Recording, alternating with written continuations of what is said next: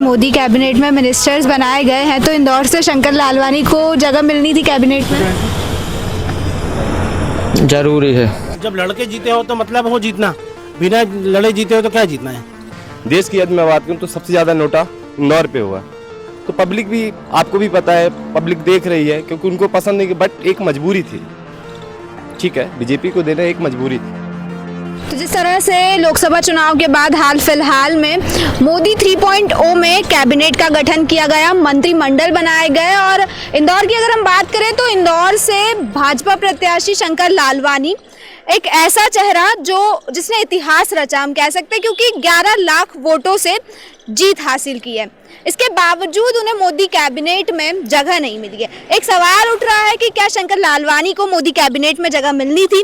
अगर हाँ तो क्यों, और अगर नहीं तो क्यों? इसी पर लेकर हमने लोगों से चर्चा करेंगे और आइए आपको बताते कि लोगों का क्या कहना है। क्या लोग मानते हैं कि शंकर लालवानी को भी मोदी कैबिनेट का हिस्सा होना चाहिए था? मोदी कैबिनेट में मिनिस्टर्स बनाए गए हैं तो इंदौर से शंकर लालवानी को जगह मिलनी थी कैबिनेट में।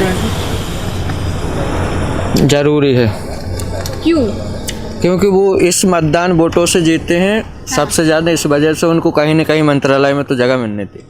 तो सिर्फ सबसे ज्यादा वोटों से जीतना ही एक वजह मंत्रालय में जगह मिलनी? नहीं, और भी बहुत सी खास बातें उनकी, जो मतलब जो सांसद निधि जो हैं उस वजह से उनको ज़रूरी था कि वहाँ पे मंत्रालय, जैसे शिवराज सिंह चौहान को कृषि मंत्री बनाया गया, तो इनको भी कोई मंत्रालय में कोई से छोटा मोटा पद मतलब मंत्रालय में तो देने था। नहीं मिलनी चाहिए थी, बट इसलिए नहीं मिलनी चाहिए थी कि जो विपक्ष था उस पर था ही नहीं। ठीक है, वो निर्दलीय ही जीते हैं। ठीक है, तो मेरा मानना है कि जनता भी, जो भी कांग्रेस पार्टी थी, ठीक है, तो मेरा मानना है कि जनता ने नोटा, आपको भी पता है कि इंदौर में जो भी है, देश की मैं बात करूं, इंदौर की मैं पर्सनली इंदौर की बात नहीं कर रहा हूं, देश की यदि मैं बात करूं तो सबसे ज़्यादा नोटा इंदौर पे हुआ।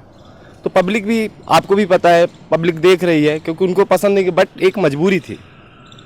ठीक है, बीजेपी को देना एक मजबूरी थी, बस मैं तो यही कहना चाहूँगा। मतलब उन्हें कैबिनेट में अगर जगह नहीं मिली है तो क्या उसकी सिर्फ यही वजह है कि वो विपक्ष में कोई नहीं था, इस वजह से इतने ज्यादा अमाउंट ऑफ वोट से जीते हैं? जी जी बिल्कुल, मैं ये तो यही कहना चाहूँगा कि जो भी है 11 लाख जो भी आप वोट मुझे बता रहे हैं, एक्चुअल तो मुझे पता नहीं है, बट जितने भी वोटों तो वो जीत रहे हैं ना, रीजन यही है और कुछ नहीं। इसके अलावा उनमें कोई ऐसी खासियत या विशेषता नहीं है कि वो कैबिनेट में शामिल हो सकते हैं? नहीं नहीं नहीं, कोई ऐसी विशेषता नहीं है। क्यों, ऐसा क्यों कह रहे हैं आप? मैं इसलिए ऐसा कह रहा हूँ कि आप खुद देख रहे हैं, क्योंकि एक जो भी पार्टी होती है ना, जैसे आप अभी एनडीए के जो भी ये सरकार बनी है, आने वाले टाइम में आप देखिएगा एनडीए की सरकार अभी गिर जाएगी, अगेन गिरेगी। क्यों? क्योंकि आपको भी पता है गठबंधन की जो भी सरकार है, डबल इंजन की जब भी सरकार कभी बनती है ना, वो एक बार टूटेगी जरूर। एक्चुअल शिवराज जो भी आज हमारे सीएम, पूर्व जो भी सीएम थे, उनको मिली है, बट उनको नहीं मिलनी चाहिए थी। और भी बहुत सारे, शिवराज सिंह चौहान को भी नहीं मिलनी चाहिए। मिला है ना उनको, कृषि भी मिला है, आपने कहा नहीं मिलनी चाहिए थी। बट अब देखिए, हर एक नया जो भी युवा होता है तो उनको, आपको भी पता है, काफ़ी टाइम से आज वैकेंसी वगैरह भी आज मिल नहीं रही हैं। ठीक है, तो बट वैकेंसी आनी चाहिए, हर एक युवा एक रोजगार चाहता है। और बीजेपी की सरकार में आपको भी पता है जितने भी रोजगार पहले थे, अग्निवीर में की यदि सेना की बात करूँ ना, तो मुझे ऐसा नहीं दिखता। एक बार जो भी है सरकार को चेंज होना चाहिए, बहुत ज़रूरी है, सभी के लिए ज़रूरी है। क्या आपने कहा कि आपने नोटा में वोट दिया, यानी कि शंकर लालवानी को आपने वोट नहीं दिया है, तो आपका क्या सोचना है, मिलनी चाहिए थी या नहीं मिलनी चाहिए? मैम, इस बारे में तो मैं नहीं कहना चाहता कुछ भी कि मिलना चाहिए कि नहीं मिलना चाहिए, क्योंकि देखो मैडम, लीगल वे में चुनाव नहीं हुए हैं, लेकिन मैं चाहता हूँ कि कहीं पे भी चुनाव हो तो फेयर चुनाव हो। मेरा मसला ये है भैया, ऐसा एक तरफ का चुनाव नहीं होना चाहिए। चुनाव का मतलब ही क्या होता है?